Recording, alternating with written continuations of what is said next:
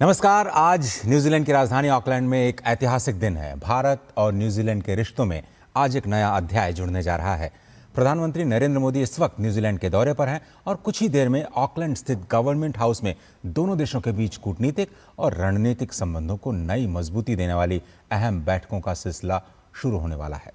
और इस खास प्रोग्राम में आप सभी का स्वागत है। मेरा नाम है अजय मिश्र और मेरे साथ है मेरे वरिष्ठ सहयोगी चंद्रशेखर जोशी। नमस्कार अजय। और दुनिया के दो लोकतांत्रिक देश, दो समुद्री पड़ोसी और दो ऐसी अर्थव्यवस्थाएं जिनके बीच सहयोग की संभावनाएं लगातार बढ़ रही हैं। प्रधानमंत्री मोदी की इस यात्रा को भारत न्यूजीलैंड संबंधों में नई ऊर्जा भरने वाली यात्रा के तौर पर देखा जा रहा है। ऑकलैंड के गवर्नमेंट हाउस में प्रधानमंत्री मोदी का पारंपरिक माओरी स्वागत समारोह के साथ अभिनंदन किया जाएगा। न्यूजीलैंड की संस्कृति में माओरी परंपराओं का विशेष महत्व है और ये स्वागत दोनों देशों के बीच सम्मान, दोस्ती और सांस्कृतिक जुड़ाव का प्रतीक होगा। इसके बाद प्रधानमंत्री मोदी और न्यूजीलैंड के प्रधानमंत्री के बीच बैठक होगी। इस मुलाकात में दोनों नेता द्विपक्षीय रिश्तों, क्षेत्रीय और वैश्विक मुद्दों पर चर्चा करेंगे। इसके बाद प्रतिनिधिमंडल स्तर की वार्ता होगी जिसमें व्यापार, निवेश, रक्षा सहयोग, शिक्षा, तकनीक, कृषि, अंतरिक्ष और लोगों के बीच संपर्क बढ़ाने जैसे कई अहम मुद्दों पर मंथन की उम्मीद है। इस दौरान दोनों देशों के बीच समझौतों और सहयोग से जुड़े महत्वपूर्ण दस्तावेजों का आदान प्रदान भी होगा। एमओयू एक्सचेंज के जरिए भारत और न्यूजीलैंड कई क्षेत्रों में साझेदारी को आगे बढ़ाने की दिशा में कदम बढ़ा सकते हैं। गौरतलब है कि भारत और न्यूजीलैंड के रिश्ते ऐतिहासिक रूप से भरोसे और आपसी सम्मान पर आधारित रहे हैं। दोनों देश हिंद प्रशांत क्षेत्र में एक समान सोच रखते हैं और नियम आधारित अंतर्राष्ट्रीय व्यवस्था, समुद्री सुरक्षा और क्षेत्रीय स्थिरता को लेकर सहयोग करते रहे हैं। हाल के वर्षों की अगर हम बात करें तो दोनों देशों के बीच व्यापार, शिक्षा, प्रवासी भारतीय समुदाय और रणनीतिक सहयोग के क्षेत्र में नजदीकियां बढ़ी हैं। न्यूजीलैंड में भारतीय मूल के लोगों की बड़ी मौजूदगी भी दोनों देशों के रिश्तों को सामाजिक और सांस्कृतिक स्तर पर मजबूत बनाती है। और प्रधानमंत्री मोदी की यात्रा सिर्फ कूटनीतिक मुलाकातों तक सीमित नहीं है, बल्कि इसका मकसद आने वाले वर्षों में भारत और न्यूजीलैंड की साझेदारी को एक नई दिशा तय करना भी। ऑकलैंड से आने वाली हर बड़ी तस्वीर और हर बड़े फैसले पर हमारी नजर बनी हुई है। अब हम आपको दिखाएंगे प्रधानमंत्री मोदी के स्वागत की तस्वीरें, दोनों नेताओं की अहम मुलाकातें और उन मुद्दों पर पूरी जानकारी जिनसे तय होगा भारत और न्यूजीलैंड के रिश्तों का अगला पड़ाव। प्रधानमंत्री नरेंद्र मोदी न्यूजीलैंड के दौरे पर अब से कुछ ही देर में गवर्नमेंट हाउस ऑकलैंड में औपचारिक कार्यक्रमों का सिलसिला शुरू होने वाला है। प्रधानमंत्री के कार्यक्रमों की बात करें तो सबसे पहले न्यूजीलैंड की समृद्ध सांस्कृतिक परंपरा के अनुसार प्रधानमंत्री का माओरी सेरेमोनियल वेलकम किया जाएगा। इसके बाद और भारत न्यूजीलैंड साझेदारी के अहम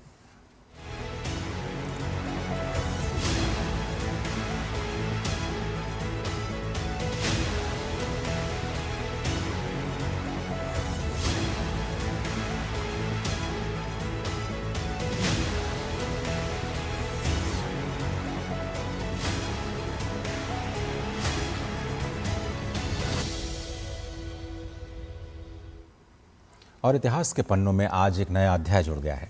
भारत और न्यूजीलैंड के बीच संबंधों में एक नई ऊर्जा का संचार हुआ है।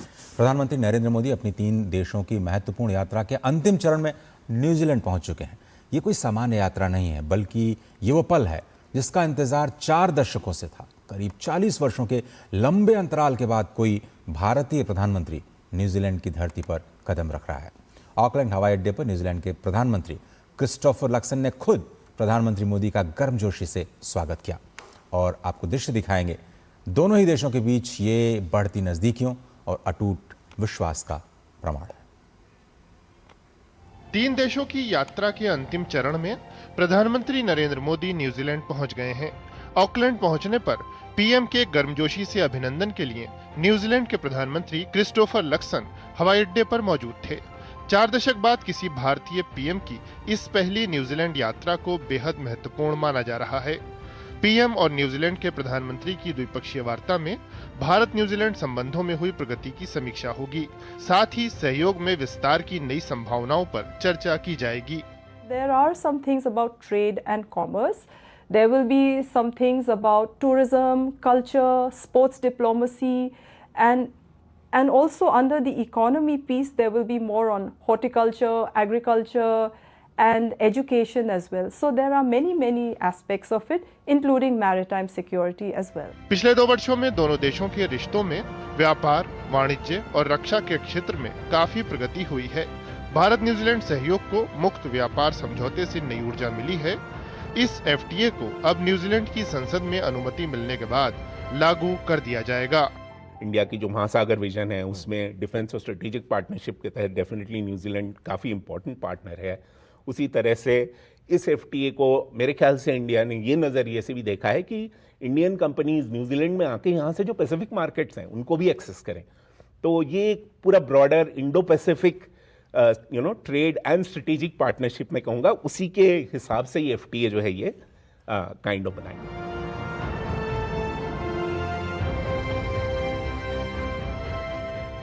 दोनों ही प्रधानमंत्रियों की मुलाकात बीते 2 वर्षों में कई बार हुई है और अब ये मुलाकात जो न्यूजीलैंड के ऑकलैंड में होगी, इस मुलाकात के बाद न सिर्फ वैश्विक बल्कि क्षेत्रीय मसलों को लेकर और इंडो पैसिफिक को लेकर भी विस्तार से बात होने की संभावना है। कैमरा पर्सन जयशंकर के साथ मैं Arind Pratap Singh, DD news, Auckland, New Zealand. New Zealand की सड़कों पर गूंजती हिंदी, वहां की कार्य संस्कृति में शामिल भारतीय ईमानदारी और न्यूजीलैंड के विकास में भारत के दिमाग का योगदान, ये महज एक संयोग नहीं है। आज न्यूजीलैंड में बसे लगभग 3 लाख भारतीय मूल के लोग वहां की GDP में 10 अरब डॉलर से अधिक का योगदान कर रहे हैं। चाहे वो न्यूजीलैंड की डेयरी इंडस्ट्री हो, स्वास्थ्य सेवा हो या फिर IT और इंजीनियरिंग का क्षेत्र, भारतीय वहां के हर प्रगतिशील कदम का हिस्सा हैं। न्यूजीलैंड में भारतीय समुदाय की ये भूमिका ही वो नींव है जिस पर भारत न्यूजीलैंड की रणनीतिक साझेदारी की इमारत खड़ी है। आज ये रिश्ता केवल सरकारों के बीच के समझौते तक सीमित नहीं रहा, बल्कि ये हर उस भारतीय का गर्व बन चुका है जिसने वहां जाकर अपना और अपने देश का नाम रोशन किया है। देखिए हमारी ये विशेष रिपोर्ट। न्यूजीलैंड और भारत के रिश्तों की सबसे बड़ी ताकत सिर्फ व्यापार, रक्षा या कूटनीति नहीं, बल्कि वो करीब 3 लाख भारतीय मूल के लोग हैं जिन्होंने दोनों देशों के बीच भरोसे का सबसे मजबूत पुल बनाया है। गन्ने के खेतों से लेकर संसद तक, छोटे कारोबार से लेकर वैश्विक कंपनियों तक, भारतीय समुदाय ने न्यूजीलैंड के विकास में अपनी अलग पहचान बनाई है। यही वजह है कि प्रधानमंत्री नरेंद्र मोदी और न्यूजीलैंड के प्रधानमंत्री क्रिस्टोफर लक्सन दोनों लगातार भारतीय समुदाय की भूमिका को दोनों देशों की साझेदारी की सबसे बड़ी पूंजी बताते रहे हैं। न्यूजीलैंड में भारतीयों का इतिहास आज का नहीं है, बल्कि 1 सदी से भी अधिक पुराना है। इतिहासकारों के मुताबिक 1860 के दशक में गुजरात और पंजाब से आए भारतीयों ने न्यूजीलैंड में बसना शुरू किया। शुरुआती दौर में उन्होंने खेती, बागवानी और छोटे व्यापार से अपनी पहचान बनाई। धीरे धीरे भारतीय समुदाय शिक्षा, स्वास्थ्य, सूचना प्रौद्योगिकी, वित्त, निर्माण, आतिथ्य और सार्वजनिक सेवा जैसे हर क्षेत्र में अग्रणी बन गया। आज न्यूजीलैंड में भारतीय मूल की आबादी लगभग 3 लाख है और यह देश का तीसरा सबसे बड़ा जातीय समुदाय बन चुका है। न्यूजीलैंड की आबादी का लगभग 5% भारतीय मूल के लोग हैं। भारतीय समुदाय की पहचान सिर्फ आर्थिक योगदान तक सीमित नहीं है। न्यूजीलैंड की संसद, स्थानीय निकायों, विश्वविद्यालयों, अस्पतालों, स्टार्टअप, इकोसिस्टम और खेल जगत में भी भारतीय मूल के लोग अहम जिम्मेदारियां निभा रहे हैं। दिवाली आज न्यूजीलैंड का सबसे बड़ा सार्वजनिक सांस्कृतिक आयोजन में से एक है और भारतीय संस्कृति वहां की बहुसांस्कृतिक पहचान का महत्वपूर्ण हिस्सा बन चुकी है। यही कारण है कि दोनों देशों के नेता भारतीय समुदाय को सिर्फ प्रवासी नहीं, बल्कि दोनों लोकतंत्र के बीच विश्वास, साझेदारी और भविष्य का सबसे मजबूत पुल मानते हैं। करीब 3 लाख की आबादी का भारतीय समुदाय यहाँ पर सामाजिक आर्थिक क्षेत्र में तमाम बड़े मुकाम हासिल कर चुका है। 5 से 6% यहाँ की आबादी का हिस्सा भारतीय मूल के लोग यहाँ की GDP में लगभग 9% का योगदान देते हैं। प्रधानमंत्री की मौजूदा यात्रा से एक नया बूस्ट मिलने वाला है और निश्चित तौर से ये तमाम आंकड़े बढ़ते नजर आएंगे। कैमरा सहयोगी के राणा के साथ मैं Arind Pratap Singh, Auckland, New Zealand, DD news के लिए। और न्यूजीलैंड की धरती इस समय एक अलग ही जोश और उल्लास से सराबोर है। प्रधानमंत्री नरेंद्र मोदी की ऐतिहासिक यात्रा ने वहां बसे भारतीय समुदाय के उत्साह को चरम पर पहुंचा दिया है। 4 दशकों का लंबा इंतजार और आज जब प्रधानमंत्री मोदी वहां पहुंचे तो ऑकलैंड से लेकर वेलिंगटन तक हर भारतीय का सीना गर्व से चौड़ा है। हमारे संवाददाता आर्यन की भारतीय समुदाय के साथ बातचीत में क्या कुछ निकल कर सामने आया और वहां का नज़ारा इस वक्त कैसा है, आइए आपको दिखाते हैं ये विशेष रिपोर्ट। प्रधानमंत्री मोदी के न्यूजीलैंड दौरे को लेकर यहाँ पर भारतीयों में काफी उत्साह देखने को मिल रहा है और वो उत्साह तमाम लोगों से हम बात करते हैं, देखते हैं किस तरीके से वो अपनी खुशियों को जाहिर करते हैं। Yeah, very excited, very eager to see what's going to happen. मैं कहना चाहता हूँ, मैं 10 साल हो गए यहाँ न्यूजीलैंड में आए हुए। हम तब से सोच रहे थे कब मोदी जी आएंगे, अब हमारा सपना पूरा हो रहा है। It's a pleasure to have such an esteemed Prime Minister to be here and we're all looking forward. It's very happy for that. उनका जो ऑरा है एज अ पॉलिटिकल लीडर और एज अ पर्सन बहुत enthusiastic है, बहुत inspiring है और हमारे लिए बहुत बड़ी प्रेरणा है। वो बहुत खुश महसूस कर रहे हैं सर, बहुत ही खुश। Very happy to have him here and it's a pleasure to see him. प्रधानमंत्री नरेंद्र मोदी न्यूजीलैंड की ऐतिहासिक यात्रा पर हैं। प्रधानमंत्री के इस दौरे को लेकर न्यूजीलैंड में बसे भारतवंशियों में खासा उत्साह और उमंग देखने को मिल रहा है। भारतीय समुदाय के लोग इसे भारत और न्यूजीलैंड के रिश्तों को और मजबूत करने वाली एक अहम यात्रा के तौर पर देख रहे हैं। प्रधानमंत्री के दौरे और भारतीय समुदाय की भावनाओं को लेकर हमारे संवाददाता आर्येंद्र प्रताप सिंह ने न्यूजीलैंड में भारतवंशियों से खास बातचीत की है। किसी भारतीय प्रधानमंत्री की ये 40 साल के बाद न्यूजीलैंड यात्रा होने वाली है, जिस यात्रा को लेकर न्यूजीलैंड की सरकार ही नहीं बल्कि तमाम भारतीय वंशी जो न्यूजीलैंड ऑकलैंड में रहते हैं वो भी बहुत उत्साहित हैं। हम बहुत ज्यादा एक्साइटेड हैं and I will be meeting him first time, seeing him first time in New Zealand. यहाँ पे तो उत्सव का माहौल है, हर कोई बहुत एक्साइटेड है मोदी जी के वेलकम के लिए। वेलकम मोदी जी, आपका न्यूजीलैंड में स्वागत है और हमारे दोनों देश के संबंध और ज़्यादा अच्छे बने। मोदी जी आपका बहुत बहुत स्वागत है इस ब्यूटीफुल खूबसूरत सी कंट्री न्यूजीलैंड में। हम चाहते हैं कि इंडिया और न्यूजीलैंड के टाइज और ज़्यादा मजबूत हो जाए। To have Prime Minister like Narendra Modi come to our country is such a privilege and such an honour and I'm very very excited. छोटे बच्चे से लेकर बड़े बुजुर्ग तक सब लोग एक्साइटेड हैं पीएम के विजिट से। अभी आप अगर पूछेंगे हाउ इज द जोश, it's very very very high. अभी एफटीए का जो एग्रीमेंट हुआ है, this is only a beginning of what both the countries can do together, work together and grow together.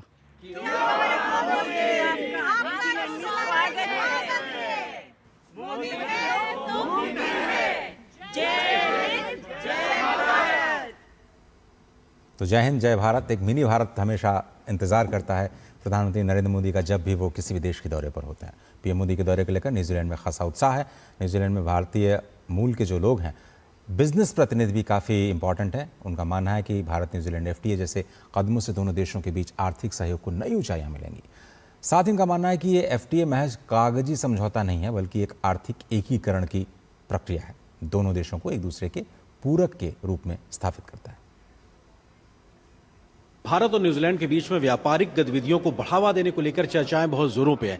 हमारे साथ में तमाम लोग मौजूद हैं यहाँ न्यूजीलैंड में जो कि बिजनेस कम्युनिटी से बिलोंग करते हैं और भारत और न्यूजीलैंड के बीच के जो व्यापार का जो रिश्ता है उसमें सेतु का काम करते हैं। ये नया दौरा है, जितने भी लास्ट 20-30 साल में जो भी कुछ हुआ है, अब हम एक्सपोनेंशियल ग्रोथ देखेंगे क्योंकि नई टेरिटरी खुली है इंडिया के लिए भी और न्यूजीलैंड के लिए भी। और आजकल जो चल रहा है दुनिया में माहौल, I think it is very good that both Nations have come together. Education और इमिग्रेशन का जो वर्क है वो अभी भी 1 बिलियन से ऊपर है, वो डबल होने का आसार है अगले 5 साल के अंदर, तो वो सबसे आगे रहेगा। उसके बाद जो आपका वाइन इंडस्ट्री है, फ्रूट इंडस्ट्री है, उनका जब ट्रेड का जो अपना एक्सपोर्ट लेवीज है वो कम हो रही है, उसमें ज़्यादा आगे आप देखोगे। तो प्राइमरी इंडस्ट्री और एजुकेशन में ज़्यादा काम किया जाएगा अगले 5 सालों के अंदर। जो न्यूजीलैंड एक्सपोर्ट कर सकता है इंडिया को और जो स्किल उधर से इधर ला सकता है, तो दोनों देश के लिए मुझे लग रहा काफ़ी बढ़िया रहेगा। India being a technology hub, other way we looking at technology to come here.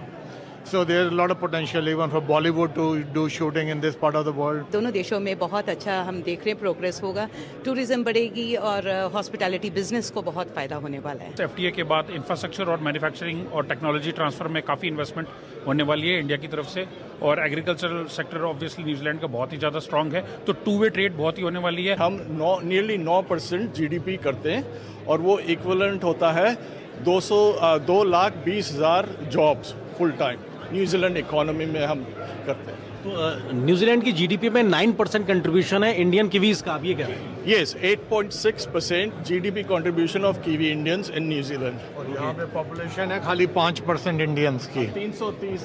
3 lakh. तो करीबन 5% भारतीय है जो कि यहाँ की आबादी का हिस्सा है। टोटल आबादी में 5% भारतीय, लेकिन टोटल जीडीपी में लगभग 9% का कंट्रीब्यूशन कर रहे हैं, ऐसा ये रिपोर्ट कहती है। तो निश्चित तौर से तमाम भारतीय जो व्यापारिक वर्ग से जुड़े हुए लोग हैं बहुत बड़ा योगदान दे रहे हैं न्यूजीलैंड की अर्थव्यवस्था में। कैमरा सहयोगी जयशंकर के साथ मैं Aryan Pratap Singh, Auckland, New Zealand, DT news के लिए। और व्यापार की बात हो रही है। भारत और न्यूजीलैंड के व्यापारिक रिश्तों में बीते 2 साल में बहुत तेजी आई है और दोनों देशों के बीच हुए एफटीए ने व्यापार, निवेश और मोबिलिटी की संभावनाएं बढ़ा दी हैं। एफटीए के बाद कौन सी नई संभावनाओं के द्वार खुले हैं, इस मुद्दे पर हमारे संवाददाता आर्येंद्र प्रताप सिंह ने खास बातचीत की ऑकलैंड यूनिवर्सिटी ऑफ टेक्नोलॉजी के बिजनेस विभाग के प्रोफेसर राहुल सेन से।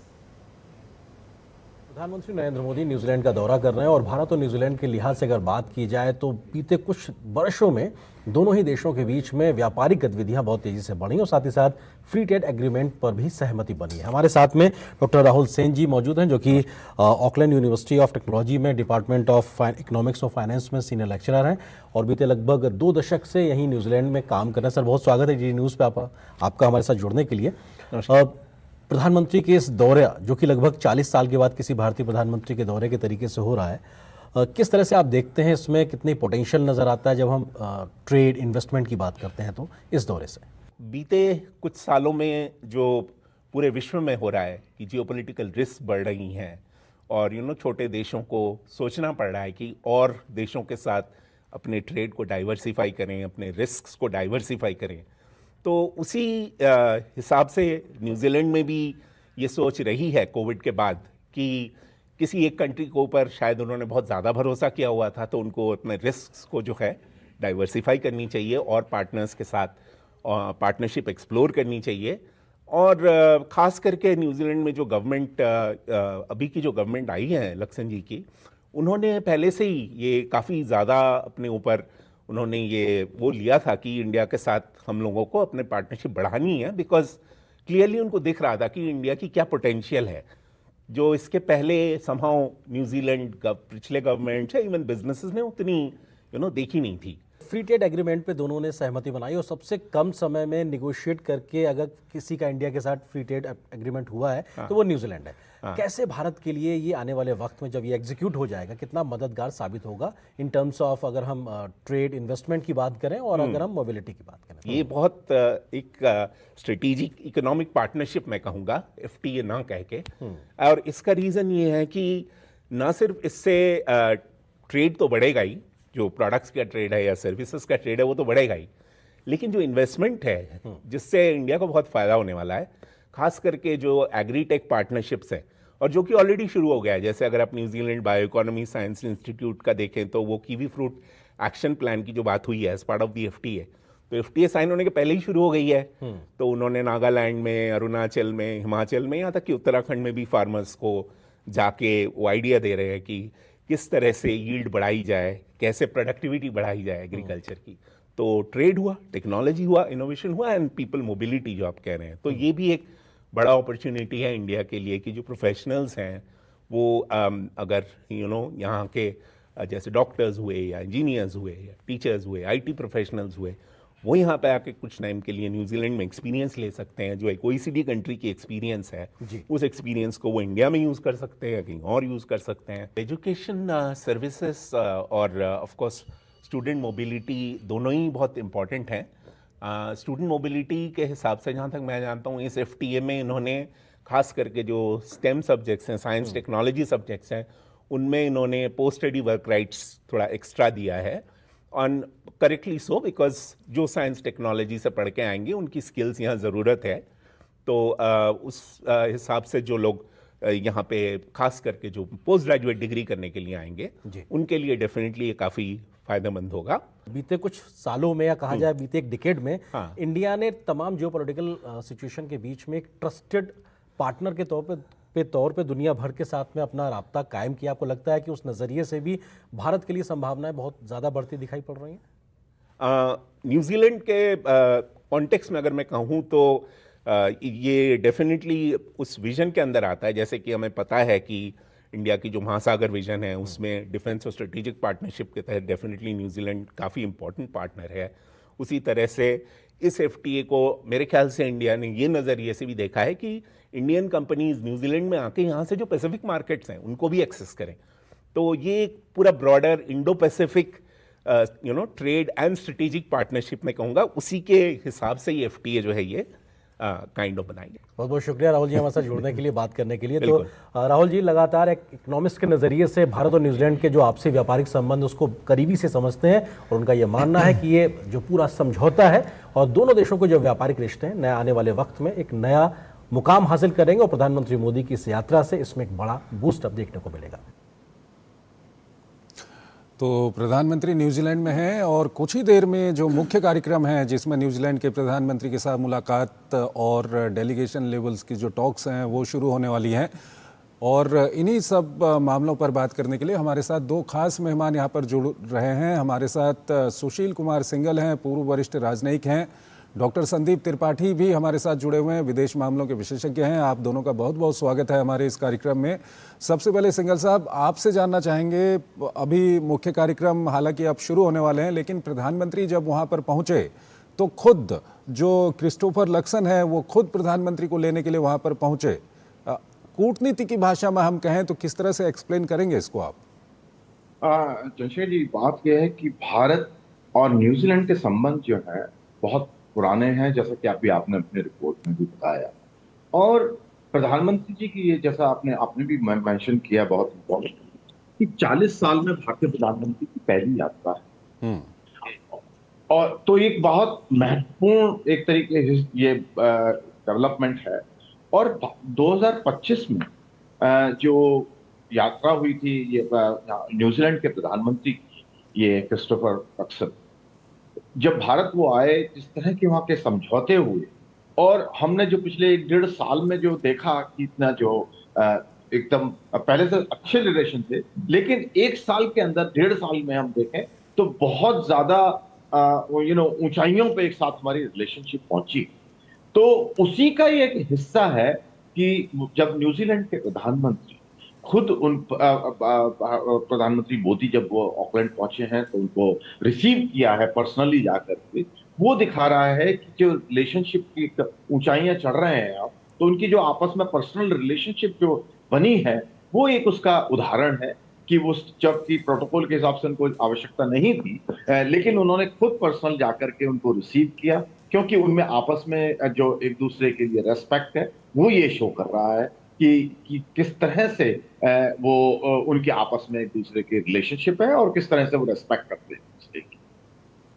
अभी सिंघल साहब कह रहे थे कि 2025 में इसकी भूमिका बनी कि जब लक्ष्मण साहब भारत के दौरे पर है और मेरे ख्याल से रायसीना जो डायलॉग है उसका हिस्सा वो बने, और उसी वक्त जो FTA है दोनों देशों के बीच में उसकी नींव रखी गई। और ये इतिहास में पहली बार है जब किसी देश के साथ FTA इतनी जल्दी साइन हुआ। केवल 9 महीनों का वक्त लगा और भारत और न्यूजीलैंड आम सहमति बन गई कि भाई FTA के से कम पे काम नहीं चलेगा और ये इसकी शुरुआत जो है अब जल्दी ही होने वाली है। संदीप त्रिपाठी जी, आप किस तरह से देखते हैं, क्या FTA फोकल पॉइंट रहने वाला है? और उसके साथ ही जो इंडो पैसिफिक का मुद्दा है, जो इंडोनेशिया से शुरू होता है, ऑस्ट्रेलिया होता हुआ अब न्यूजीलैंड पहुंचा, मुझे लगता है तीनों ही देशों के बीच का अगर कॉमन थ्रेड कुछ है तो वो है इंडो पैसिफिक पर बातचीत। क्या उस पर भी कुछ ठोस नतीजा निकलने की उम्मीद है? आपने सही कहा कि इस पूरी विजिट में देखा जाए तो जो कॉमन ग्राउंड वो यही है कि पैसिफिक मैरीटाइम सिक्योरिटी और इंडिया का जो मैरीटाइम सिक्योरिटी को लेकर के जो परसेप्शन है बहुत चेंज हुआ है। हम ये देखते आए हैं कि अभी तक जनरली हम अपने आप को सेफ करना, प्रोटेक्ट करना एक ये पैराडाइम हुआ करता था, लेकिन ये चेंज हुआ है। अब वहाँ पर क्या कुतूहल क्या है, इस पूरे पैसिफिक पर कुतूहल क्या है, कौन किसको इनसर्किल कर रहा है, किसकी मोबिलिटी है, सर्विलांस क्या है, इंटेलिजेंस शेयरिंग क्या है, इस पर भारत की नज़र है। और यदि आप डिकोड कीजिए, आप इंडोनेशिया पर जाइए, इसके बाद फिर ऑस्ट्रेलिया पर आइए और फिर न्यूजीलैंड पर, ये पूरा का पूरा जो जोन है कहीं ना कहीं जो एक ग्रेट पावर पॉलिटिक्स होती है, हमेशा पूरी दुनिया की राजनीति चाइना वर्सेस अमेरिका हो गई थी। आदरणीय प्रधानमंत्री जी ने इस पैराडाइम को तोड़ा कि एक छोटा सा कंट्री जो आइलैंड है, स्पेशली यदि भारत की बात करें, 4 दशक हो गए, 40 साल से वहाँ कोई प्रधानमंत्री गए नहीं। हाँ। और वो कंडीशन में ऐसे छोटे कंट्री को बहुत अच्छा फील होता है कि इतने बड़े राष्ट्र, दुनिया का मोस्ट पॉपुलस कंट्री के प्राइम मिनिस्टर यहाँ आते हैं, तो सिर्फ बायलैटरल रिलेशंस में वार्म अप नहीं आता, बल्कि जो एक कंटूरस है जियोपॉलिटिक्स का वो चेंज होता है। और खुद न्यूजीलैंड के प्रधानमंत्री जी ने बार बार इस चीज को एक्सेप्ट किए हैं कि उनकी जो फॉरेन पॉलिसी, विदेशी नीति में जो एक स्टैग्नेशन था, जो स्टेटस क्वेस्ट था, वो चेंज हुआ और डाइवर्सिफाई करने लगे अपने आप को कि अब हमारे पार्टनर्स जो हैं वो भी हो सकते हैं जहां पर हमारा डेमोक्रेटिक वैल्यूज कन्वर्जेंस करेंगे।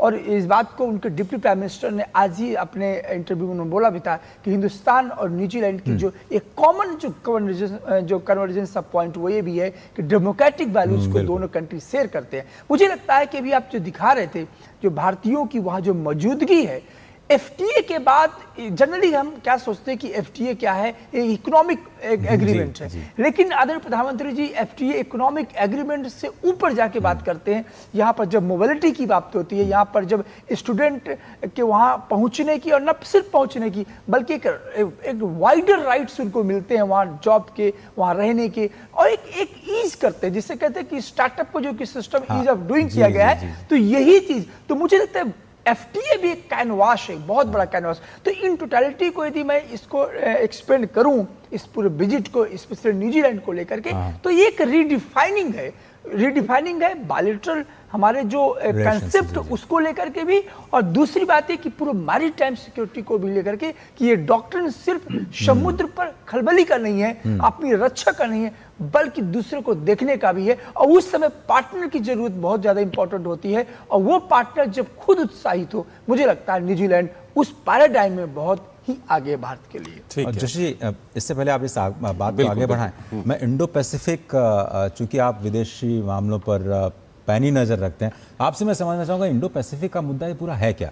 मैं जितना एक सामान्य नागरिक के तौर पर समझता हूँ कि एक हिंद महासागर है, एक प्रशांत महासागर है, दोनों को मिलाकर हम इंडो पैसिफिक बोलते हैं, और उसमें चाइना जो है वो दादागिरी कर रहा है, और हम अपने अधिकारों के लिए बहुत सारे लोगों से बातचीत कर रहे हैं और कोशिश कर रहे हैं कि जो जनमत है वो हमारे पक्ष में जाए, और एक free and fair open Indo Pacific की हम वकालत करते हैं। इतना ही मैं समझ पाता हूँ, लेकिन इतना इंपॉर्टेंट है क्यों, थोड़ा सा आपने समझा? बिल्कुल, मैं आपको अजय बताता, लेकिन सिंघल साहब यहाँ पर बैठे हुए हैं तो अच्छा रहेगा, क्योंकि सिंघल साहब अजय भी जानना चाहते हैं, हमारे दर्शक भी जानना चाहेंगे। ये इंडो पैसिफिक का मुद्दा हाल के समय में हम देख रहे हैं, जिस तरह से अजय बता रहे हैं, चाहे अमेरिका की हम बात करें, जापान की बात करें, ऑस्ट्रेलिया की बात करें, भारत की बात करें, जब भी बड़ी बड़ी बैठकें होती है सभी लोग इसको ये इंडो पैसिफिक की बात आती है। सिंघल साहब, अभी समय भी हम चाहेंगे कि आप अच्छी तरह से इसको अजय को भी और हमारे दर्शकों को भी थोड़ा बताएं। नहीं, बहुत बहुत धन्यवाद के लिए। बात यह है कि इंडो पैसिफिक जब हम बात करते हैं, ये सही बात है कि पिछले कुछ समय से ये बात, इसका चर्चा बहुत गहरी होने लगी है। और अगर इसमें मैं यहाँ पे आपको थोड़ा क्वाड का बारे में बताऊँ कि क्वाड जो बना वो एक तरीके अवेयर कहते हैं कि हम जो है किसी क्वाड के जो 4 देश हैं, अमेरिका है, भारत है उसमें, और उसमें जापान है और ऑस्ट्रेलिया है। ये चारों देश मिलकर के क्वाड एक बनाया है। और जब राष्ट्रपति ट्रम्प अपने पहली टर्म में आए थे, नाउ ट्रम्प 2.0 चल रहा है, उसमें उन्होंने उस रिलेशनशिप को एक नया आयाम दिया था और उसको शिखर सम्मेलन बना दिया था। और उसका उद्देश्य ये था कि इंडो पैसिफिक में जो हम 4 बड़े देश हैं, उसमें वो लोग कह रहे थे कि सिक्योरिटी के लिए बनाया जा रहा है, तो उसका उद्देश्य सिक्योरिटी से बहुत ज्यादा था। वो ये था कि जो आपस में जो महत्वपूर्ण देश हैं, ये मिलकर के इकोनॉमिक जो नई टेक्नोलॉजी है उसके क्षेत्र में काम करें, इकोनॉमिक क्षेत्र में काम करें, क्योंकि उनको सबको एक दूसरे की आवश्यकता है और सारी दुनिया को उससे। उसका एक वो था कि कोऑर्डिनेशन का भी था कि जो इंडो पैसिफिक में क्या है कि जहाँ लेन, जो ट्रेड लेन है, वो पास थ्रू करती है, मलक्का हो और बहुत सारी लेन है, और दुनिया का करीब 70% व्यापार उन लेन के थ्रू गुजरता है। तो उसमें क्या हुआ है कि जो कुछ पड़ोसी देश हैं हमारे, उन्होंने कोशिश ये की है कि जैसे साउथ चाइना सी का बहुत नाम आता है क्योंकि वो लिंकेज वहां पर है, तो वहां टेरिटोरियल जो वाटर है उसके ऊपर वहां पे बहुत डिस्प्यूट चल रहा है क्योंकि वो क्लेम कर रहे हैं कि सारा एरिया उनको बिलोंग करता है। तो उससे क्या हो रहा है कि उनके पर्टिकुलर देश का अगर उस क्षेत्र पर आधिपत्य हो जाएगा तो जो ट्रेड लेन वो इंपैक्ट हो जाएंगी, जैसा कि अभी आप स्ट्रेट ऑफ हॉर्मुज़ के बारे में आप बात जी। तो इस क्षेत्र को खुला रखने के लिए, ताकि बार बार उसमें जो बातचीत की जाती है उसमें ये इंडो पैसिफिक की जब बात कर रहे हैं तो उसमें ये कहा जा रहा है कि भाई ये जो यहाँ पे जो ट्रेड गुजरता है या जो सी लेन जा रही है उस पर किसी का अधिकार नहीं है, सबका बराबर का अधिकार है और ये हमेशा खुली रहनी चाहिए।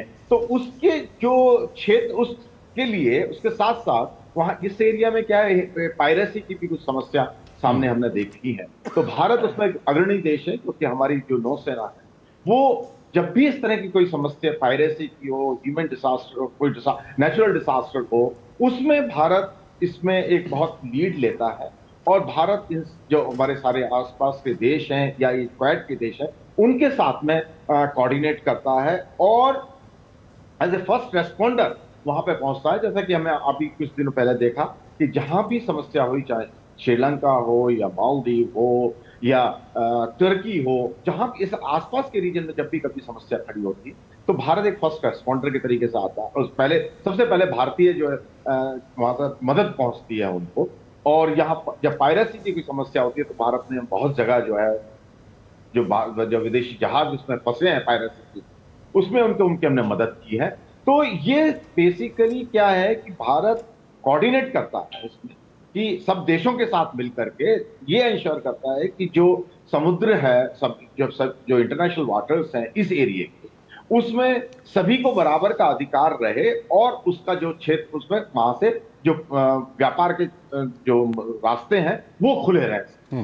तो ये मेरे ख्याल से मैं इसको मेन उद्देश्य समझता हूं। ठीक है, संदीप त्रिपाठी जी, जो सिंघल साहब कह रहे हैं इसी को थोड़ा सा आगे बढ़ाते हैं। इंडो पैसिफिक की अगर हम बात करें तो हाल के समय में हम देख रहे हैं कि किस तरह से, चाहे हम ऑस्ट्रेलिया की बात करें, न्यूजीलैंड की बात करें या दूसरे अन्य देशों की बात करें, कहीं ना कहीं चीन पर जो डिपेंडेंसी है उसको डाइवर्सिफाई ये देश करना चाह रहे हैं, उसको कम करना चाह रहे हैं।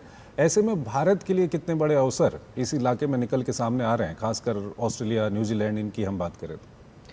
देखिए, मुझे याद है अभी कल ही की बात है जब ऑस्ट्रेलिया में आदरणीय प्रधानमंत्री जी उन्होंने बोला कि भारत एक विकासवाद की बात करता है, एक्सपेंशनिज्म को रिजेक्ट करता है। तो कहीं ना कहीं ये एक तरह से एक सिग्नल है उन छोटे राष्ट्र के लिए भी कि आप डरे मत और आपके लिए एक स्वाभाविक मित्र तैयार है। और जनरली आप सिर्फ इंडो पैसिफिक ही नहीं, आप पूरा अफ्रीकन कंटिनेंट देख लीजिए, ये चाइनीज़ की जो पॉलिसीज़ है कि सबसे पहले उनको इकोनॉमिकली ट्रैप करें, इसके बाद फिर पूरी कंट्री को कॉलोनाइज करें। मुझे लगता है कि अब ये छोटे राष्ट्र, स्पेशली यदि पैसिफिक की बात करूं मैं, तो आप इंडोनेशिया को ही ले लीजिए। इंडोनेशिया जिस प्रकार से खुलकर सामने आया भारत के साथ, ऑस्ट्रेलिया की हमने देखा कि कितने ज़बरदस्त वार्म अप रहा। कल हमने देखा क्रिकेट डिप्लोमेसी को लेकर के। तो ये कंट्री अब एक मुखर होकर के सामने आ रहे हैं क्योंकि भारत की जो विदेशी नीति में अब इफ एंड बट का एक जो वो सवाल नहीं है, बहुत ही एक बोल्ड स्टेप है और कह सकते हैं कि मुखर होकर के हम अपने अलाइनमेंट को जो रखते हैं। तो मुझे लगता है यही आवाज़ ये पसंद है पैसिफिक ओशन में भी। और दूसरी बात यह है कि अभी हम बात कर रहे थे इंडो पैसिफिक को लेकर के कि इंडो पैसिफिक में भारत की जो मौजूदगी है वो ये छोटे राष्ट्र में, सिंगापुर हो चाहे फिलीपींस हो, आप इन छोटे राष्ट्र को देख लीजिए कि ये एक सेफ फील करते हैं जब हिंदुस्तान इनसे जुड़ता है, क्योंकि उनको लगता है कि सिर्फ मैरीटाइम सिक्योरिटी का सवाल सिर्फ मैरीटाइम सिक्योरिटी का नहीं है, सवाल सिर्फ इंटेलिजेंस शेयरिंग का नहीं है, सवाल सिर्फ डिफेंस एनुअल डिफेंस डायलॉग का नहीं है, सवाल इस बात का है कि जो भारत देश है, भारत की अपने पूरे इंडो पैसिफिक में की भूमिका है और वो भूमिका इकोनॉमिक है, वो भूमिका एक्सपेंशनिज्म की नहीं है बल्कि डेवलपमेंटल की है। तो ये जो फिलोसफिकल डिफरेंस है चाइना के साथ भारत भारत का। मुझे लगता है छोटे राष्ट्र को, पैसिफिक नेशंस को यहाँ पर एक स्वाभाविक भारत के साथ जुड़ने का उनका एक कह सकते हैं। और आप देखिए वार्म अप देखिए, अभी जो FTA की बात हम कर रहे थे, न्यूजीलैंड के प्राइम मिनिस्टर खुद रिसीव करने जाते हैं, यही हमने इंडोनेशिया में देखा।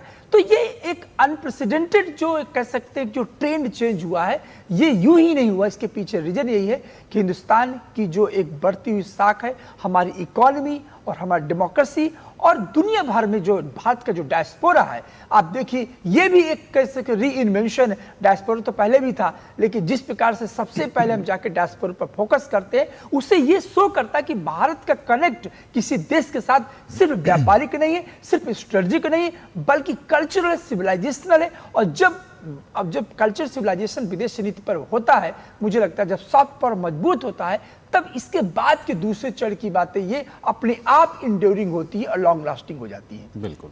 ट्रस्टेड पार्टनर एक ऐसा शब्द है जो भारत के लिए इस्तेमाल किया जा रहा है। बार बार ये कहा जा रहा है, कोविड के बाद दुनिया को समझ में आ गया कि किसी एक देश पर डिपेंडेंट रहना उनके लिए खतरे की घंटी है।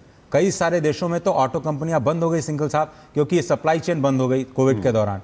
तो चाइना ने तो खुद बता दिया कि पहले तो अपने देश को कॉलोनी बनाते हैं और उसके बाद फिर दूसरे देशों पे आपने देखा इंफ्रास्ट्रक्चर डेवलपमेंट करते हैं। तो उनकी मंशा जो होती है वो उनके ऊपर कुछ ना कुछ डिपेंडेंसी अपने ऊपर बढ़ाने की रहती है। शायद अजय जो आप पूछ रहे थे, इंडो पैसिफिक इसीलिए महत्वपूर्ण हो गया है, जो आपने खुद जवाब दिया। चीन क्या कुछ कर रहा है।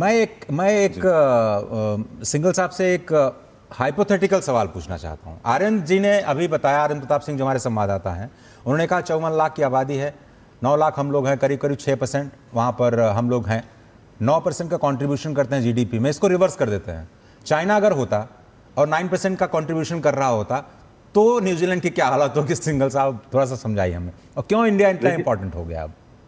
आप जब हम इस कॉन्टेक्स्ट में हम जब बात कर रहे हैं और चीन की हम बारे में बातचीत कर रहे हैं, तो उसका मैं साथ में उनका जो पड़ोसी देश है उसका उदाहरण कि चीन ने ऑस्ट्रेलिया में, क्योंकि वहां से वो माइनिंग, क्योंकि ऑस्ट्रेलिया एक माइनिंग देश है, और वहां चीन जो है ऑस्ट्रेलिया का बहुत बड़ा ट्रेडिंग पार्टनर बन गया था, और वहां से मिनरल्स, आयरन हो, कोल हो, बहुत बड़ी मात्रा में वो खरीदते। तो उसकी जो ये मोनोपोली थी इनकी खरीदने की, उसका उन्होंने पॉलिटिकल पर्पस के लिए इस्तेमाल करने की कोशिश की वहां पे, और उससे दोनों ऑस्ट्रेलिया और ऑस्ट्रेलिया और चीन के संबंधों में बहुत ही ज्यादा डिफरेंसेस आए, क्योंकि वहां की वो यूनिवर्सिटीज को इंटरफेयर करना चाह रहे थे वहां पर अपना जो, प्लस वहां पे जो है उनके जो डायस्पोरा थी वो पॉलिटिकली एक्टिव होने लगी, जो कि ऑस्ट्रेलिया के जो इंटरनल जो अफेयर्स हैं उसमें इंटरफेयर करने। तो ये नतीजा निकला ऑस्ट्रेलिया का और चीन का बहुत ज्यादा गहन संबंध होने से। जहां तक भारत का सवाल, भारतीय जो है भारत के लोग, भारत की, जैसा आपने अभी बोला कि 6% इंडियन पॉपुलेशन, बहुत छोटा सा देश है न्यूजीलैंड, उसमें चाहे 3 लाख के करीब इंडियन है, लेकिन वो नंबर जब परसेंटेज टर्म में, जैसा आपने सही कहा कि करीब 6% के करीब हो जाते हैं, 9% के करीब वो जो है उनकी GDP में उनका कंट्रीब्यूशन है। और जो भारतीय कम्युनिटी जो है वो, जो आप वहाँ के जो क्षेत्र अगर हम देखें तो जितने भी वहाँ के महत्वपूर्ण क्षेत्र हैं, प्रोफेशनल, हेल्थ केयर हो, बिजनेस हो, साइंस टेक्नोलॉजी हो, उस सब में वहां पर वो अग्रणी है।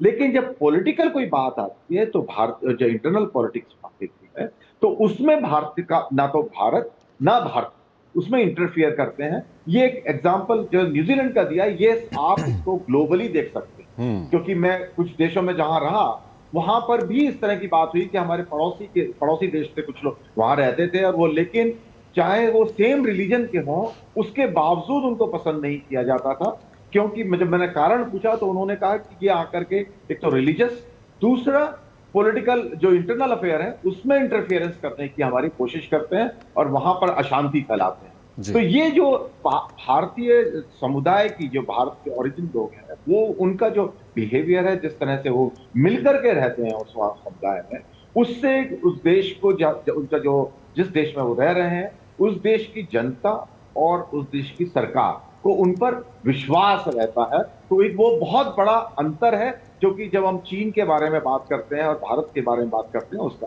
जहां तक ग्लोबल सप्लाई चेन की बात, ग्लोबल सप्लाई चेन देखिए बात यह है कि जो पिछले 15-20 साल से बहुत सारी जो मल्टीनेशनल कंपनी थी, देश थे, वो सब ग्लोबल सप्लाई चेन के ऊपर डिपेंडेंट हो रहे थे, क्योंकि उद्देश्य ये था कि पहली बात इकोनॉमीज ऑफ स्केल मिले, और जहां सस्ते से सस्ता सामान पैदा हो रहा है उसको जो है लाया जाए, ताकि जो ग्लोबल इकोनॉमी है उसको फायदा हो, वहां सस्ता हो, ग्रोथ हो। उसका बहुत बड़ा फायदा भी हुआ कि इकोनॉमी जो है बराबर ग्लोबल इकोनॉमी ग्रोथ रेट थी वो बढ़ गई।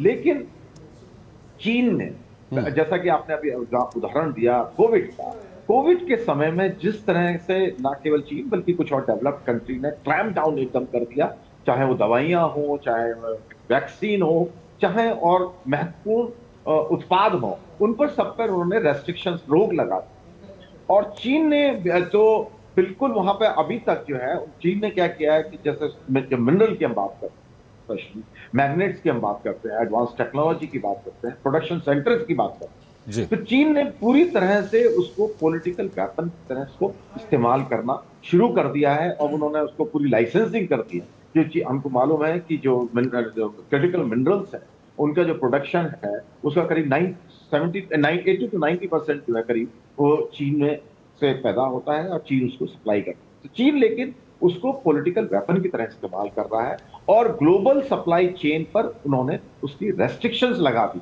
तो ऐसी हालत में बहुत सारी कंपनी, मल्टीनेशनल कंपनी, जो भारत में अपना उत्पादन लाने की कोशिश कर रहे हैं, प्रोडक्शन पर लाने की कोशिश कर रही है। और भारत एक ऐसा देश है, अकेला मेरे ख्याल से देश है, जिसने कोविड के दौरान भी, जब कितनी बड़ी समस्या खड़ी हुई थी, ग्लोबल सप्लाई चेन की हामी रखी, और उसको वैक्सीन हमने 100 से ज्यादा देशों को प्रोवाइड की, अपने ही नहीं बल्कि 100 देशों को हमने करीब सप्लाई करा, और जिससे सब अभी तक वो सब लोग जो है उसके बारे में बात करते हैं, सारे देश उसके बारे में बात करते हैं। प्रधानमंत्री जहां भी जाते हैं सबसे पहले वो उसके लिए धन्यवाद करते हैं, क्योंकि हमारी जनता को आपने वैक्सीन मुहैया की। तो ग्लोबल सप्लाई चेन का इंडिया बहुत बड़ा हामी रहा है, हामी है, और दुनिया के सब देशों को कॉन्फिडेंस भी इंडिया के बारे में आ रहा है कि जब ग्लोबल सप्लाई चेन के बारे में भारत बात कर रहा है, कि उसकी रिलायबिलिटी की बात कर रहा है, इंडिया जो है न केवल कहता है बल्कि करता है उसकी जो ग्लोबल सप्लाई चेन को जो है पॉलिटिकल वेपन्स को की तरह इस्तेमाल नहीं करना चाहिए। ये कि व्यापारिक है, व्यापारिक तरीका है, व्यापार को बढ़ाने का तरीका है, और उसको हमें अपने उसको लेकर के चलना है। तो ये एक बहुत बड़ा अंतर आ गया। ठीक है संदीप त्रिपाठी जी, हालांकि न्यूजीलैंड और भारत के बीच में FTA हो चुका है, और न्यूजीलैंड की जो संसद है उसको जब रेटिफाई करेगी उसके बाद वो लागू हो जाएगा, और भारत को काफ़ी उसका फ़ायदा होगा। लेकिन प्रधानमंत्री के इस बार के अगर दौरे की बात करें तो व्यापार और निवेश के हिसाब से कितना महत्वपूर्ण ये दौरा इस बार का हो सकता है?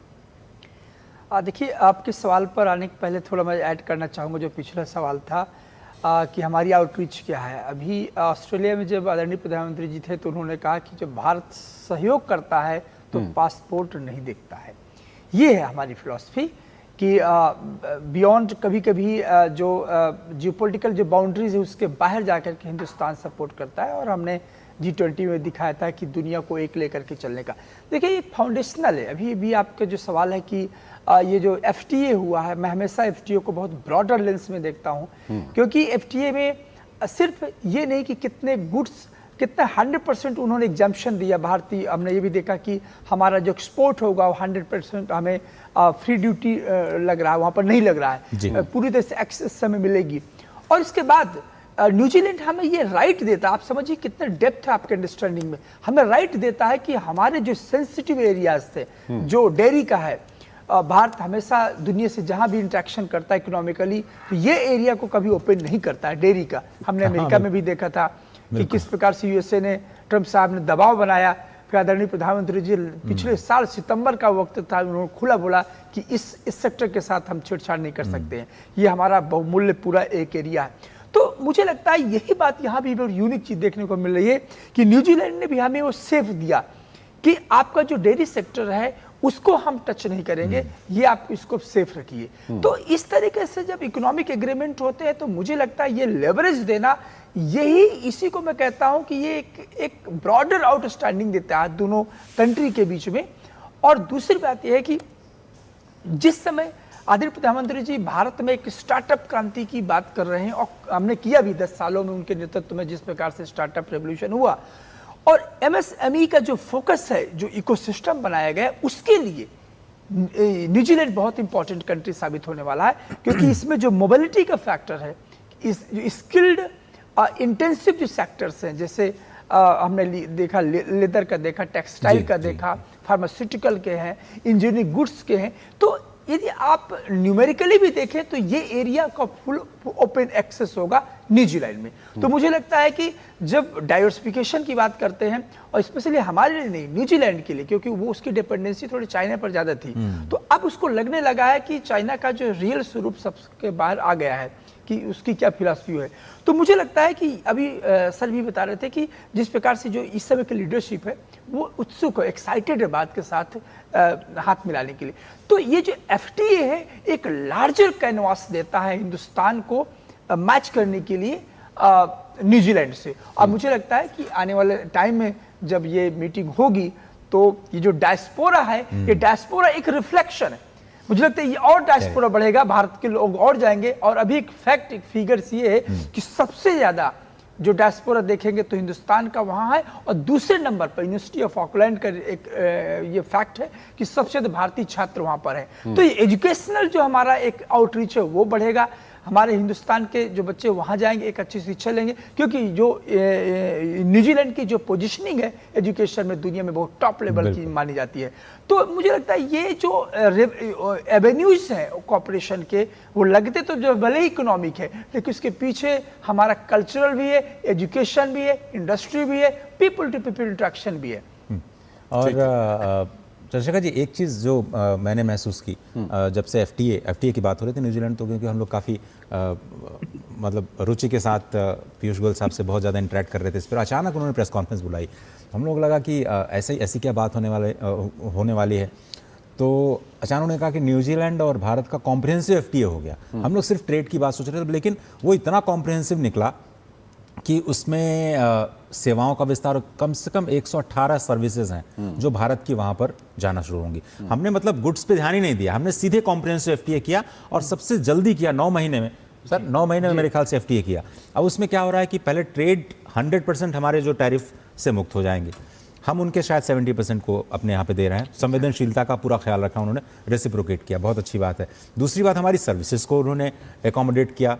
उसके बाद इन्वेस्टमेंट कमिटमेंट किया। एक्टा कंट्रीज में मुझे याद आता है सर, $100 बिलियन का इन्वेस्टमेंट किया उन्होंने अगले 10 वर्षों में। आज तक किसी एफटीए में हमने देखा नहीं था। और न्यूजीलैंड में मेरे ख्याल से 15 वर्षों में 20 अरब अमेरिकन डॉलर का इन्वेस्टमेंट कमिट किया है। तो आपके गुड्स को वो तरजीह दे रहा है, आपके सर्विसेज को तरजीह दे रहा है। सर ने बताया कि आपके जो स्टूडेंट्स हैं आ पाएंगे, जो पेशेवर हैं, प्रोफेशनल्स आ पाएंगे। तो ये पूरा का पूरा कॉम्प्रिहेंसिव फ्री ट्रेड एग्रीमेंट हमने 9 महीने में करके दिखा दिया। और सबसे बड़ी बात मैं आपको बताऊं कि वो बहुत चौंकाने वाला है, बहुत ही गर्व की बात थी। सिंघल साहब, शायद आप भी इसको नोट करना चाहेंगे, ये पूरा का पूरा जो एफटीए था उसको एक महिला अधिकारी ने लीड किया। वुमेन लेड डेवलपमेंट हम कह सकते हैं। और उस वक्त मुझे बड़ा अच्छा लगा जब पूरा के 2 या 3 महिलाएं वहां पर ब्रीफ कर रही थी पीयूष गोयल साहब के साथ में, और तब सीना चौड़ा होता है कि भारत की जो महिलाएं हैं, जो डिप्लोमेट्स हैं, वो जाकर के न्यूजीलैंड के साथ इस तरह का एक बहुत ही ज़बरदस्त एफटीए पर काम करती हैं। और एक प्रेस कॉन्फ्रेंस के रूप में हम लोग के सामने आता है, और फिर पीयूष गोयल साहब कहते हैं कि प्रधानमंत्री साहब का हम वेट कर रहे हैं कि वो वहाँ पर जाएँ और जल्दी से जल्दी एफटीए को रेटिफाई कराएं और जल्दी से जल्दी दोनों देशों को फायदा मिलना शुरू हो। एक छोटा सा इंटरवेंशन मुझे लगा कि बिल्कुल काफ़ी महत्वपूर्ण जानकारी आपने दी है अजय। और इसी बातचीत को आगे बढ़ाते हैं, सिंघल साहब के पास जाएंगे। सिंघल साहब, जब वहाँ पे अभी दोनों प्रधानमंत्रियों की मुलाकात होगी, प्रतिनिधिमंडल स्तर की वहाँ पर बातचीत होगी, तो इस वक्त जिस तरह के दुनिया के हालात बने हुए हैं, ऐसे में जो वैश्विक मुद्दे हैं वो कितना वहाँ पर आएंगे, वैश्विक मुद्दे कितने महत्वपूर्ण होंगे दोनों नेताओं के बीच में बातचीत को लेकर के? जो जहाँ तक वैश्विक मुद्दों की बात है, बिल्कुल उसमें जो है बात, उनकी जो दो मीटिंग होने वाली है, उनकी उनके आपस में बातचीत होगी, और उसके बाद में वो डेलीगेशन लेवल पे बात होगी। जब आपस में बातचीत होती है तो ऑब्वियसली बहुत ज्यादा सेंसिटिव इश्यूज होते हैं, उनको आपस में बात किए जाते हैं। और डेलीगेशन में ऑफकोर्स पूरा ब्रॉडली उसको सारा डिस्कस किया जाता है, जो गाइडलाइन लीडरशिप से आती है उसके बेसिस पर उसका डिस्कशन होता है।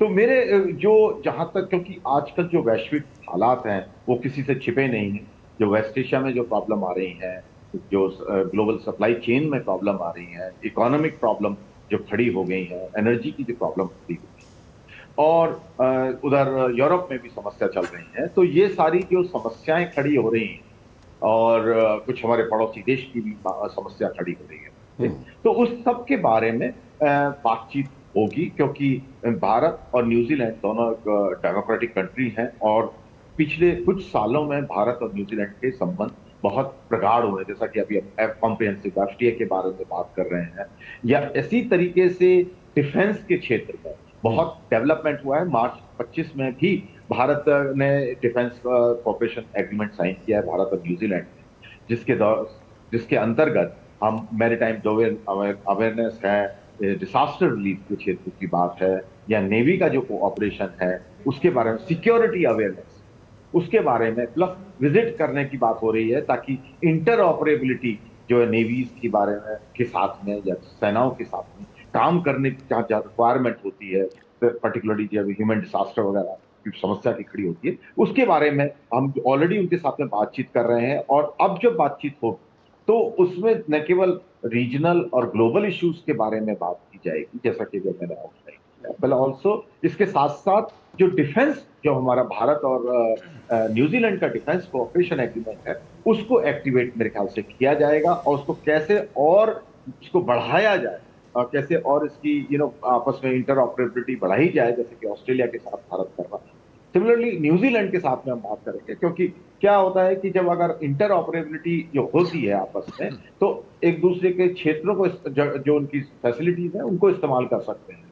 तो उसके होने से जो, जैसे भारत की जो मैंने पहले कहा कि कहीं भी रिक्वायरमेंट होती है तो भारत सबसे पहले वहां पे पहुंचता है, तो उसमें पहुंचने में, एक्सेस बढ़ाने में बहुत सुविधा हो जाती है, क्योंकि अगर पैसिफिक में न्यूजीलैंड से हमारे कोई इंटरऑपरेबिलिटी है और वहाँ के जो उनके बेसिस हैं उनको हम इस्तेमाल कर सकते हैं, तो हमारे जहाजों की क्षमता वहां बढ़ जाती है, क्योंकि नेवी की जहाज जो है वहां से इस्तेमाल कर सकते हैं उनकी जो जगह को, वहां पर उनको जो फ्यूल सप्लाई वगैरह है और चीजें हैं उसके लिए वो ले सकते हैं, तो वो उनकी रेंज उससे बढ़ जाती है। तो मेरे ख्याल से इस क्षेत्र में भी इसके बारे में बहुत बातचीत होने वाली है, और आने वाले समय में हम देखेंगे कि इस एरिया में, क्योंकि भारत के पास क्षमता है, तो उस बारे में भी वो बातचीत करेंगे। ठीक है संदीप त्रिपाठी जी, ये काफ़ी महत्वपूर्ण है डिफेंस का जो हम बात कर रहे हैं। एक इसको लेकर के एक समझौता पहले हो चुका है दोनों देशों के बीच में।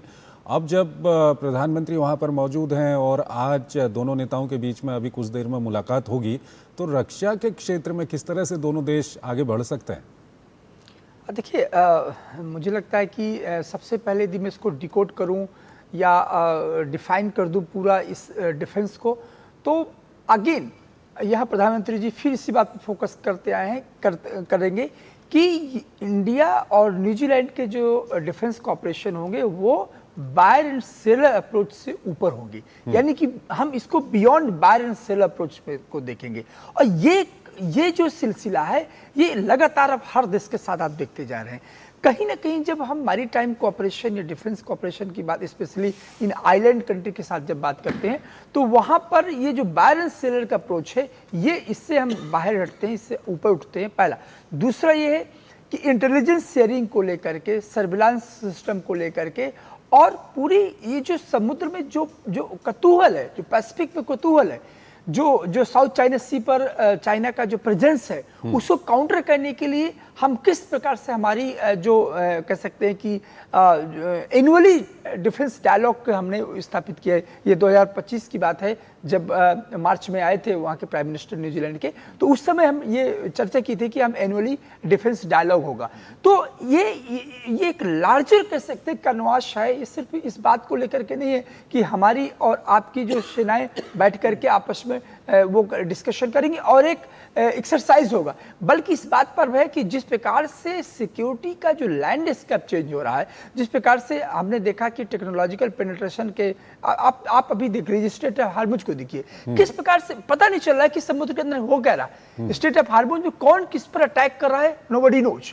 तो इस तरीके से जो कॉम्प्लेक्सिटी हुई है मैरीटाइम डोमेन में, मुझे लगता है कि उसको बहुत डीपर में जाकर के हिंदुस्तान और न्यूजीलैंड आपस में बैठेंगे और मैरीटाइम सिक्योरिटी को और डिपेंड किया जाएगा। और क्यों?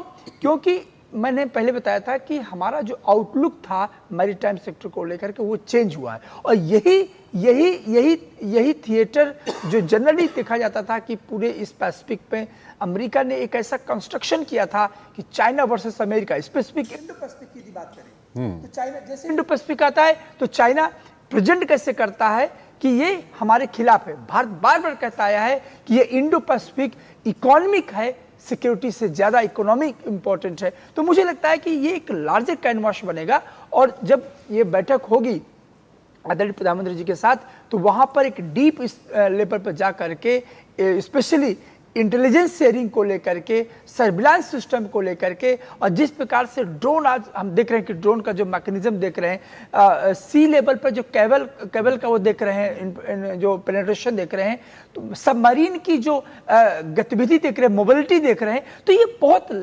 कह सकते हैं लार्जर कंप्रहेंसिव वे में इसको डिफाइन किया जाएगा, ताकि क्योंकि मुझे लगता है कि न्यूजीलैंड को इस बात का एहसास है अब कि जिस प्रकार से चोक पॉइंट्स को वेपनाइज किया जा रहा है, जिस प्रकार से हमने स्ट्रेट ऑफ हार्मुज को देखा, और अभी जिस दिन वहां थे इंडोनेशिया में थे आदरणीय प्रधानमंत्री जी, ब्रह्मोस को लेकर के बड़ी चर्चा हो रही थी और स्ट्रेट ऑफ मलक्का को लेकर के चर्चा हो रही थी।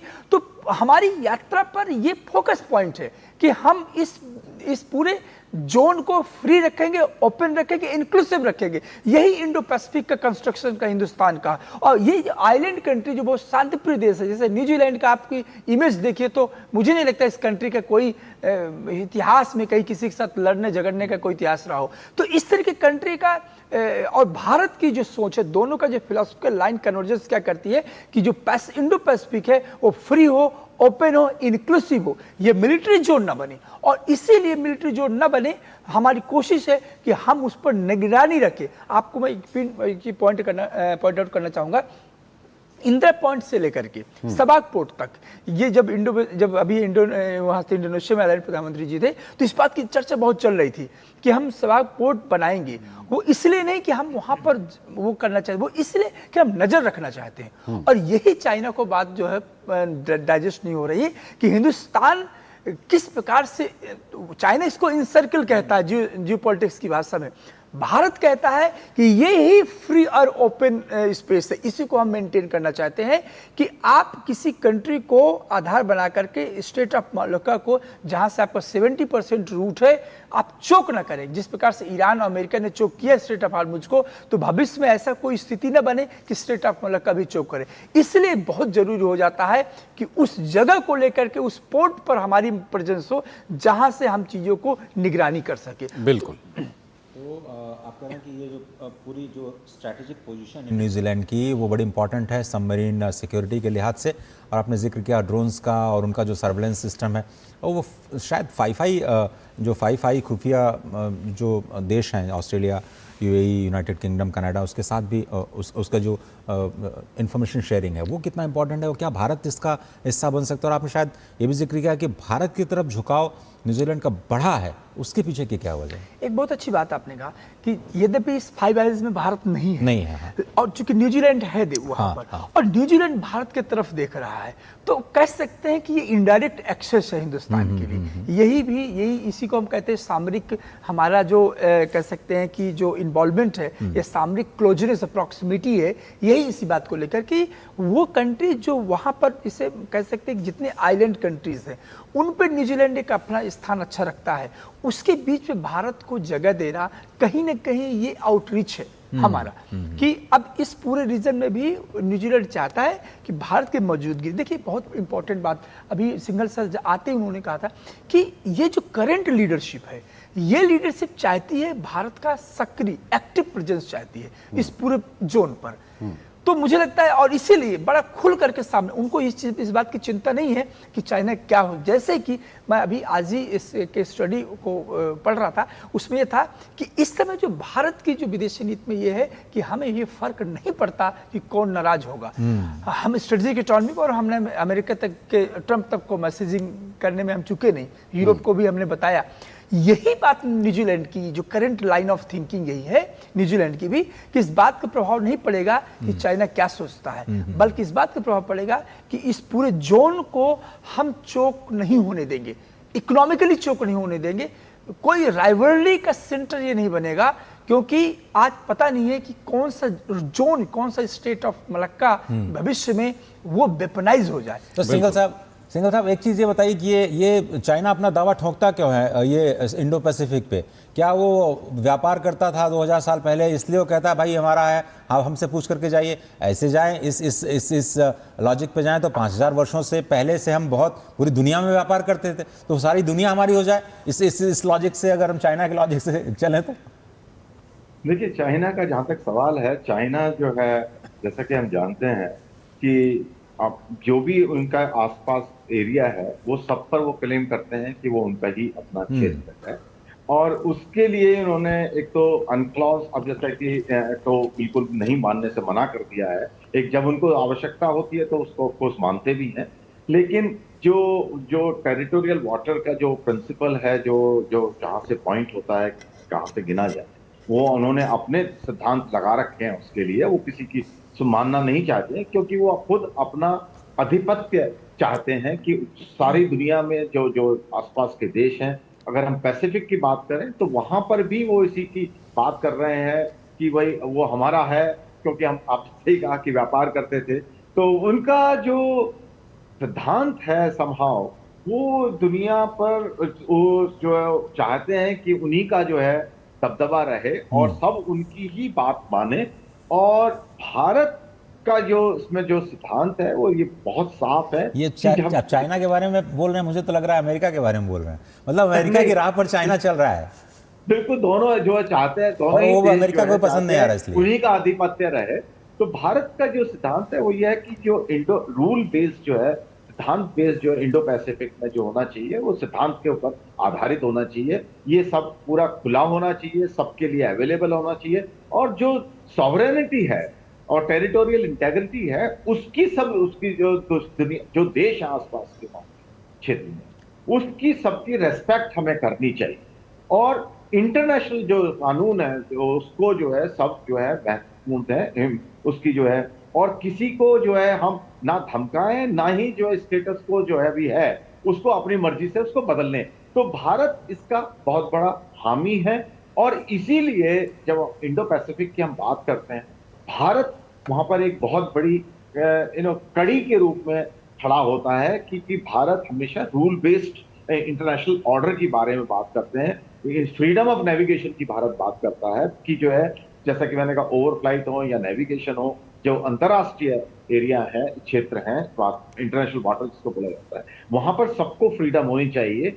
और जो समुद्र है उनका जो है, जो कानूनी तौर पर है, केवल उस तरीके से उसका इस्तेमाल होना चाहिए, ना कि किसी व्यक्ति देश विशेष के लिए उसका इस्तेमाल हो। और जो झगड़े हैं मैरीटाइम